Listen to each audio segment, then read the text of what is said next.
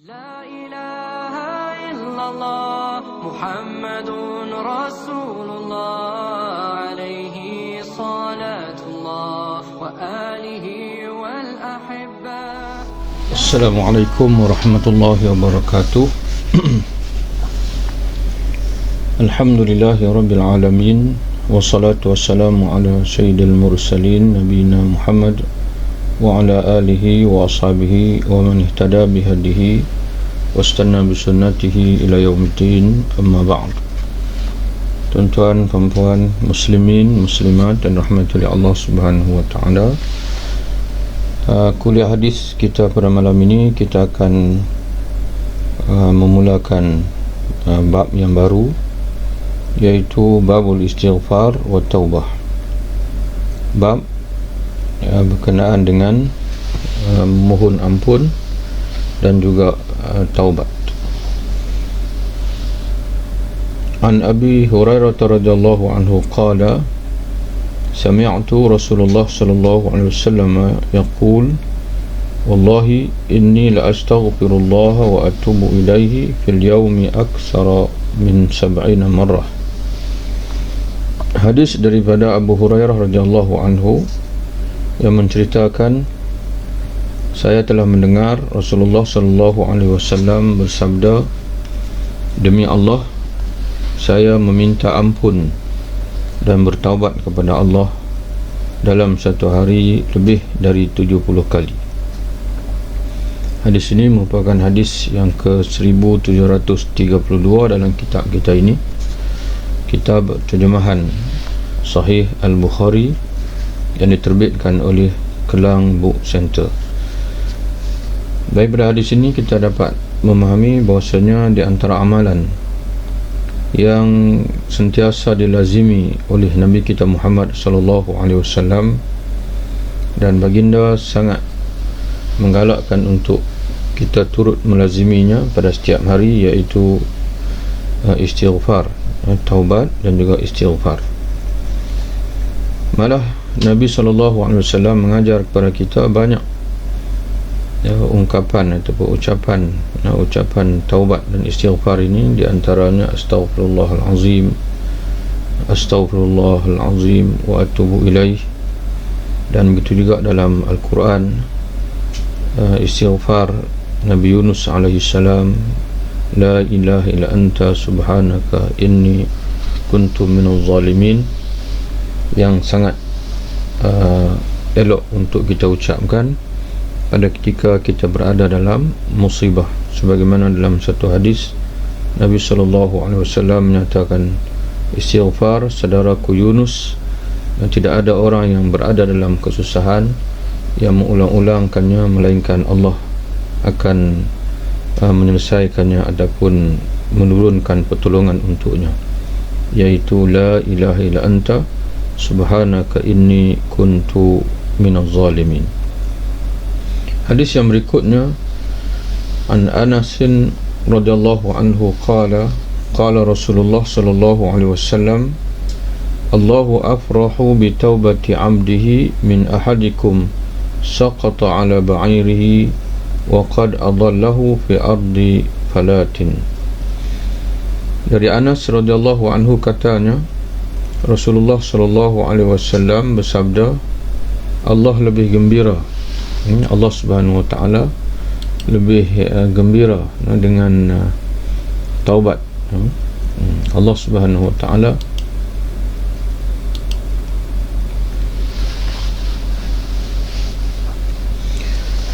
an Anasin qala Rasulullah sallallahu alaihi wasallam, Allahu afrahu bi taubati 'abdihi min ahadikum saqata 'ala ba'irihi wa qad adallahu fi ardi falatin. Hadis yang ke 1733 dari Anas radhiyallahu anhu katanya, Rasulullah sallallahu alaihi wasallam bersabda, Allah lebih gembira dengan taubat salah seorang hambanya daripada kegembiraan seseorang kamu kerana menemukan untanya kembali setelah tadinya hilang di tengah padang pasir yang luas. Hadis ini memberi kefahaman kepada kita bahawasanya Allah lebih redha, Allah lebih redha kepada seorang hamba yang bertaubat daripada redha makna suka ataupun mengkabulkan, menerima.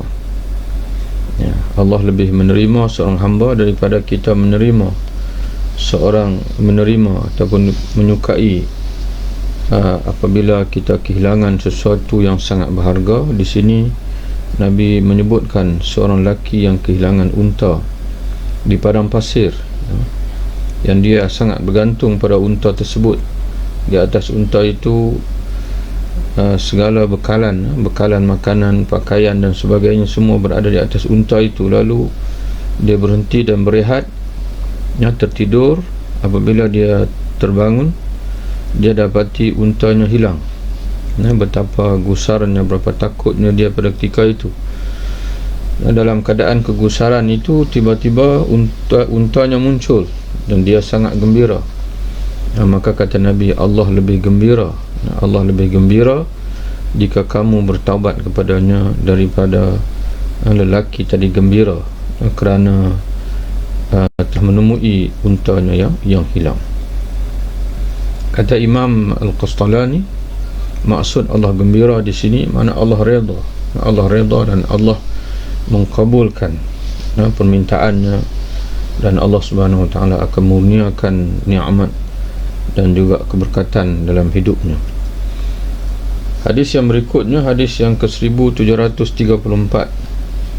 An Hudzaifah qala kana Nabi sallallahu alaihi wasallam idza akhadha madja'ahu min al-laili wada'a yadahu tahta khaddihi thumma yaqulu Allahumma bismika amutu wa ahya wa idza istayqadha qala alhamdulillahi alladhi ahyana ba'da ma amatana wa ilaihi nusyur. Dari Hudzaifah radhiyallahu anhu katanya, Nabi sallallahu alaihi wasallam kalau membaringkan diri di tempat tidur malam hari. Maksudnya Nabi kalau ingin tidur, kata Hudzaifah, beliau akan meletakkan tangannya di bawah pipinya. Dalam riwayat yang lain, tangan kanan, tapak tangan kanan di bawah pipinya, ini pipi yang kanan. Sebahagian riwayat menyebutkan di bawah kepalanya yang kanan. Ini cara tidur Nabi SAW, iaitu mengiring di atas rusuk kanan, sebagaimana kedudukan orang beriman ketika diletakkan di dalam kubur, menghadap ke arah kiblat dengan mengiring di atas rusuk kanan. Kemudian baginda berdoa ketika berbaring untuk tidur itu. Nabi SAW akan membaca doa, Allahumma bismika amutu ahya. Ya Allah, segala puji, ya Allah, dengan namamu aku mati dan juga aku hidup. Wa idza istayqadha, kemudian apabila baginda bangun daripada tidur, baginda akan membaca pula alhamdulillahilladzi ahyana ba'da amatana wa ilaihi nusyur. Segala puji hanya layak bagi Allah, Tuhan yang telah menghidupkan kami setelah Dia mematikan kami, yakni menidurkan kami. Wa ilaihi nusyur, dan kepadanya lah kelak kami akan dibangkitkan dan akan kembali. Jadi ini, hadis ini menceritakan berkenaan dengan cara tidur Nabi SAW dan juga doa yang dibaca oleh Nabi pada ketika hendak tidur dan pada ketika terjaga daripada tidur. Mungkin tuan-tuan dan puan-puan bertanya, apa kaitan hadis ini dengan bab kita istighfar dan juga taubat? Sebenarnya dalam kitab asal, iaitu kitab Sahih Al-Bukhari, kitab yang kita baca ini bukan kitab asal, ini kitab terjemahan dan juga ringkasan. Dalam kitab asal Imam Al-Bukhari rahimahullah tidak letak tajuk babul istighfar wa taubah, akan tetapi diletakkan tajuk kitabud da'wat, kitab berkenaan dengan doa. Jadi sebab itu kita pun tidak dapat mengetahui dengan jelas kenapa penterjemah kita ini dia tidak meletakkan tajuk yang asal sebagaimana yang diletakkan oleh Imam Bukhari, tetapi diletakkan tajuk yang lain, iaitu babul istighfar wa taubah. Wallahu a'lam. Kemudian hadis yang berikutnya, hadis yang ke-1735, an Ibni Abbas radhiyallahu anhuma qala kana Nabi sallallahu alaihi wasallam yad'u 'inda al-qatl. Kata Ibnu Abbas bahwasanya Nabi sallallahu alaihi wasallam ketika beliau berada dalam kesulitan, maka beliau akan berdoa kepada Allah. Bunyi doanya, la ilaha illallahul azimul halim, la ilaha illallahu rabbus samawati wal ardi wa rabbul arsyil azim. Maksudnya, tidak ada Tuhan melainkan Allah yang maha agung, yang lagi maha penyantun. Al-Halim makna sama mana as-sabur, Tuhan yang maha penyantun, yakni yang tidak cepat membalas kesalahan hambanya, sebaliknya dia memberi ruang kepada hambanya untuk bertaubat, memberi masa untuk bertaubat, dia tidak segera membalas. Jadi orang yang itulah orang yang nampak. Jadi Allah bukan manusia yang nampak, adalah Allah wa ta'ala. La ilaha illallah azim. Doa Nabi terbabi ketika Nabi dalam kesulitan, dan Allah kita pun boleh sama-sama membaca doa ini kerana kita hari ini berada dalam kesulitan. Kita dilanda dengan virus yang bukan saja menjadi ancaman kepada negara kita Malaysia ini, tetapi menjadi ancaman kepada seluruh dunia. Jadi kita dapat baca zikir ataupun doa daripada Nabi sallallahu alaihi wasallam ini. La ilaha illallahul azimul halim, tidak ada Tuhan melainkan Allah yang maha besar, maha agung, lagi maha penyantun. La ilaha illallah, tidak ada Tuhan melainkan Allah.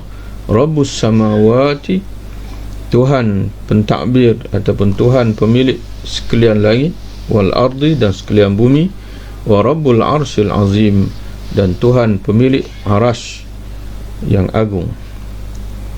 Itu doa Nabi ketika al-karb.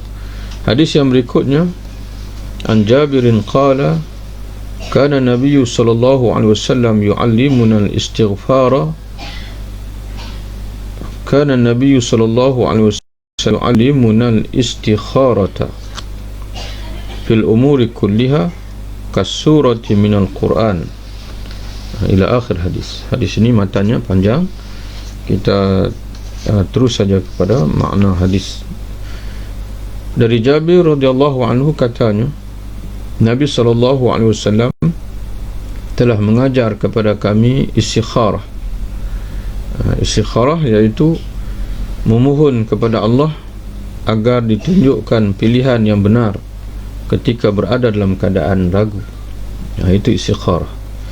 Kata Jabir, Nabi mengajar kepada kami cara beristikharah dalam segala urusan kami, seperti beliau mengajar kepada kami surah dalam Quran, yakni bersungguh-sungguh Nabi mengajar istikharah sebagaimana bersungguh-sungguhnya Nabi mengajar para sahabat surah dalam Al-Quran, menggambarkan kepada kita bahawa Nabi SAW sememangnya nak kita membiasakan dalam hidup kita ini amalan istikharah, memohon petunjuk Allah apabila kita berada dalam dilema ataupun berada dalam keraguan. Iaitu kata Nabi SAW, kalau seseorang dari kamu bermaksud mengerjakan sesuatu, maka hendaklah dia mengerjakan sembahyang 2 rakaat selain daripada sembahyang fardu Jadi di sana ada salat yang khusus namanya salat istikharah, kerana Nabi kata sembahyanglah 2 rakaat apabila ada suatu hajat atau urusan kepada Allah, salatlah 2 rakaat yang bukan salat fardu, yakni salat yang khusus yang namanya salat istikharah. Kemudian berdoalah kepada Allah dengan membaca Allahumma inni astakhiruka bi'ilmik. Ya Allah, ya Tuhanku, aku mohon diberi pilihan yang benar dengan pengetahuanmu. Wa astaqdiruka biqudratik, dan aku mohon diberi kekuatan dengan kekuatanmu. Wa as'aluka min fadlik, dan aku memohon dengan kurniaan darimu. Fa innaka taqdiru wala aqdir, kerana sesungguhnya engkau lah yang berkuasa sedangkan aku tidak berkuasa. Wa ta'lamu wala a'lam, engkau mengetahui sedang aku tidak mengetahui. Wa anta 'allamul ghuyub, engkau lah yang maha mengetahui segala yang yakni segala yang tersembunyi.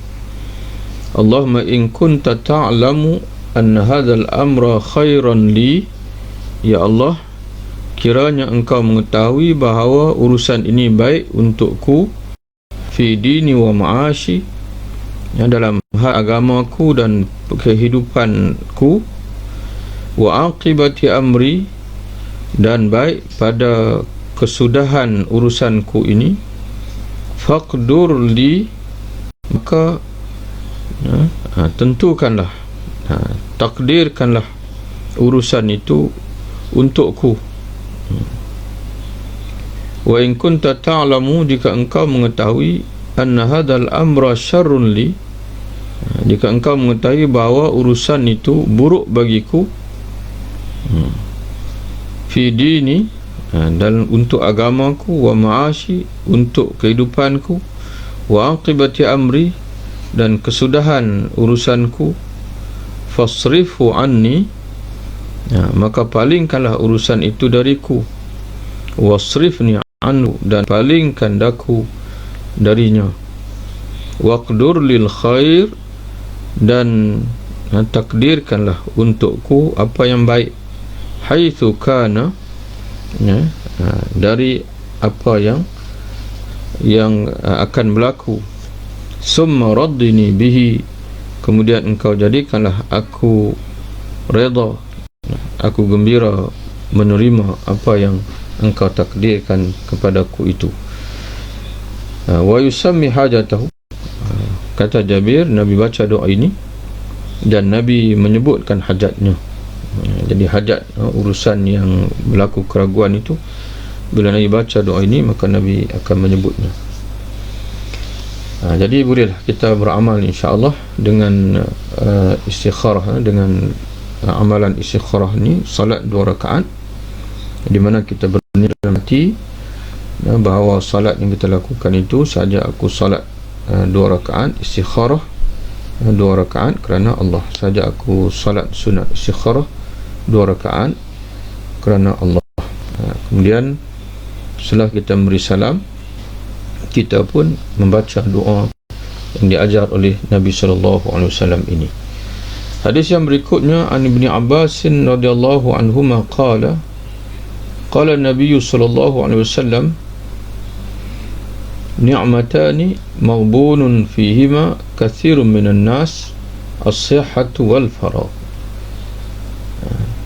Hadis diriwayatkan dari Ibnu Abbas radhiyallahu anhu, katanya Nabi SAW bersabda, ada 2 nikmat yang sering kebanyakan manusia tertipu. Di sini dia terjemah maghbunun dengan makna tertipu, tertipu tentangnya, yakni sering melupakannya ataupun sering mengabaikannya, tidak manfaatkannya, yaitu nikmat sihat dan juga wal faragh, dan nikmat lapang. Di sini diterjemah dengan waktu senggang. Jadi kata Nabi SAW, ada 2 nikmat yang hebat, 2 nikmat yang besar yang Allah Ta'ala berikan kepada semua manusia, tetapi ramai manusia mensia-siakan nikmat itu. Mereka tidak menggunakannya untuk berdoa, beristighfar, untuk beribadah kepada Allah, untuk melakukan kebajikan. Sebaliknya mereka mensia-siakannya, iaitu nikmat sihat, waktu-waktu ketika sihat, dan juga waktu-waktu ketika lapang. Jadi sebagai contohnya, pada saat ini kita berada dalam perintah larangan bergerak. Kita tak dapat menghadiri masjid, surau dan sebagainya. Maka orang yang waktu keadaan normal dulu dia tak pernah ke masjid, tidak menjaga salat berjamaah, maka pada ketika ini dia akan rasa kerugian. Kerana peluang sudah tidak ada. Tapi orang yang waktu lapang dulu, waktu selamat dulu, dia sememangnya biasa berulang-alik ke masjid atau ke surau bagi melaksanakan ibadah secara berjamaah, salat secara berjamaah, maka alhamdulillah pada ketika ini pun berdasarkan hadis Nabi, walaupun dia tidak dapat melaksanakan rutin hariannya itu sebagai biasa, tapi tetap Allah Ta'ala akan menuliskan pahala berjamaah untuknya berdasarkan satu hadis daripada Nabi SAW, di mana Nabi menyebutkan hadis yang mafhum, kita boleh sebutkan, iaitu kata Nabi, seorang yang pada ketika dia sihat, dia amal satu amalan, lalu dia sakit, dan tak dapat beramal lagi dengan amalan itu, Allah Subhanahu Wa Taala akan tetap menulis pahala untuknya bagi amalan tersebut. Atau kama qala Rasulullah sallallahu alaihi wasallam. Hadis yang berikutnya, an Mirdasin al-Aslami qala Nabi sallallahu alaihi wasallam, yadhhabu as-salihuna al-awwalu fal-awwalu wa yabqa hufalatun ka hufalati asy-sya'ir aw at-tamri. Dari Mirdas al-Aslami radhiyallahu anhu katanya, Nabi SAW bersabda, orang-orang yang soleh akan pergi satu demi satu, wa yabqa khufalatun, maka akan tinggallah sisa-sisanya, ka hufalati syair atau tamri, seperti sisa-sisa gandum dan kurma. Perkataan hufal dalam hadis ini, kata ulama, memberi maksud ar-radi, yang rendah mutunya, min kulli syai'in, daripada segala sesuatu. Jadi kata Nabi, apabila beralihnya generasi ataupun zaman, orang-orang soleh ini semakin berkurang, akan semakin berkurang. Pada zaman Nabi dan para sahabat, ramai orang soleh, mereka kuat pegangan dengan agama, rajin beribadah kepada Allah, rajin menuntut ilmu.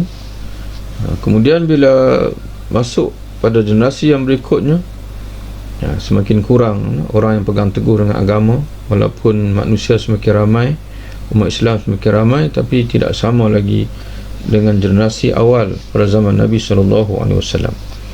Jadi orang soleh ini akan pergi, seorang demi seorang, generasi demi generasi, sehingga akhirnya yang tinggal adalah sisa-sisa, orang-orang beriman yang tidak lagi berkualiti, orang-orang Islam yang hanya pada nama saja Islam, tetapi mereka sudah tidak lagi beramal dengan agama Islam.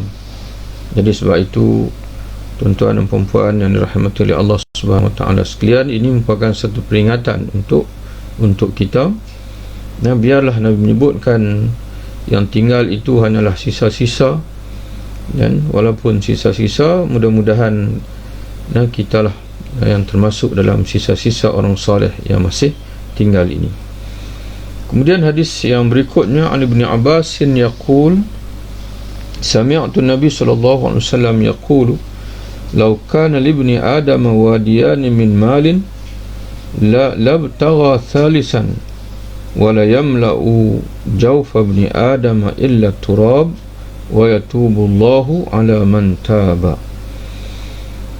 Dari Ibnu Abbas radhiyallahu anhuma katanya, saya mendengar Rasulullah sallallahu alaihi wasallam bersabda, seandainya seorang anak Adam, yakni manusia, mempunyai harta sepenuh 2 lembah, tentulah ia akan minta agar diberikan harta selembah lagi.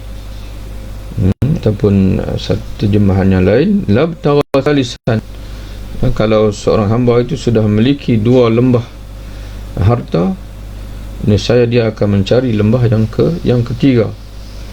Wala yamla'u jawfa ibni Adam, rongga batang tubuh anak Adam hanya dapat dipenuhi, yakni dipuaskan dengan tanah saja, yakni mati. Apabila dia ditimbus oleh tanah, barulah ketamakan dia kepada harta ini tamat.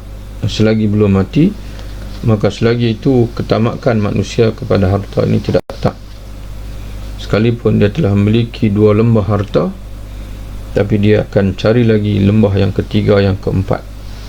Namun Nabi sebut di hujung hadis, wa yatubullahu ala man taba, namun Allah akan memberi taubat, yakni keampunan kepada siapa yang bertaubat. Kata pengarang kitab Tuhfah Al-Ahwazi, kata dia, maksudnya ialah sesungguhnya Allah akan menerima taubat orang yang bertaubat, sekalipun daripada orang yang mempunyai penyakit seperti dalam hadis ini, iaitu penyakit tamak kepada harta. Jadi jangan kita putus asa kalau kita menyedari kita ada penyakit tamak ini, tamak kepada harta ini. Cepat-cepatlah bertaubat kepada Allah, tapi Allah akan menerima taubat kita, insya-Allah. Kemudian hadis yang berikutnya, an Abi Hurairah radhiyallahu anhu an Nabi sallallahu alaihi wasallam qala, laisa al-ghina an kasratil arad, walakin al-ghina ghina an-nafs. Maksudnya dari Abu Hurairah radhiyallahu anhu, yang meriwayatkan dari Nabi sallallahu alaihi wasallam yang bersabda, kaya yang sebenar itu bukanlah dengan banyaknya harta, tetapi kaya yang sebenar itu ialah kaya jiwa. Kaya jiwa. Kata ulama dalam tafsir hadis, di antaranya Imam Mulla Ali Al-Qari, kata dia, maksud kaya jiwa itu ialah dia tidak bergantung kepada makhluk, kerana hatinya hanya bergantung kepada Allah Subhanahu wa ta'ala. Jadi orang yang hidupnya hanya bergantung kepada Allah dan tidak terlalu mengharap apa yang ada dalam tangan manusia, maka orang itu adalah orang yang kaya jiwa. Jadi untuk membina kekayaan jiwa dalam hidup kita ini, kita perlu selalu berdoa kepada Allah Subhanahu wa ta'ala. Berdoa kepada Allah Subhanahu wa ta'ala sebagaimana pesanan Nabi sallallahu alaihi wasallam, idza sa'al fas'alillah, apabila kamu berdoa, berdoalah kepada Allah Subhanahu wa ta'ala. Wa idza ista'adha fasta'iz billah, apabila kamu mohon perlindungan, maka mohonlah perlindungan dengan Allah Subhanahu wa ta'ala. Hadis yang berikutnya, dan mungkin hadis yang terakhir pada malam ini, dan insya-Allah nanti kita akan sambung lagi. An Aisyah radhiyallahu anha qalat, sallallahu alaihi wasallam, ayul a'mali ahabbu ila Allah? Qala adwamuha wa in qalla, wa qala lafu min al-a'mali ma tutiqun. Dari Aisyah radhiyallahu anha katanya, orang bertanya kepada Nabi sallallahu alaihi wasallam, amal apakah yang paling dicintai oleh Allah? Maka Nabi sallallahu alaihi wasallam menjawab, adwamuha, iaitulah amal yang dilakukan secara tetap, secara berterusan, wa in qalla, walaupun sedikit. Beliau berkata lagi, lakukanlah amalan ibadat itu mengikut kesanggupan kamu, ma tuti'un, jangan kamu membebankan kamu amalan dengan jangan kamu bebankan diri kamu dengan amalan-amalan yang tidak kamu mampu. Demikianlah tuan-tuan dan puan-puan yang dirahmati oleh Allah. Muhammadun Rasulullah alaihi salatullah wa alihi wal ahibba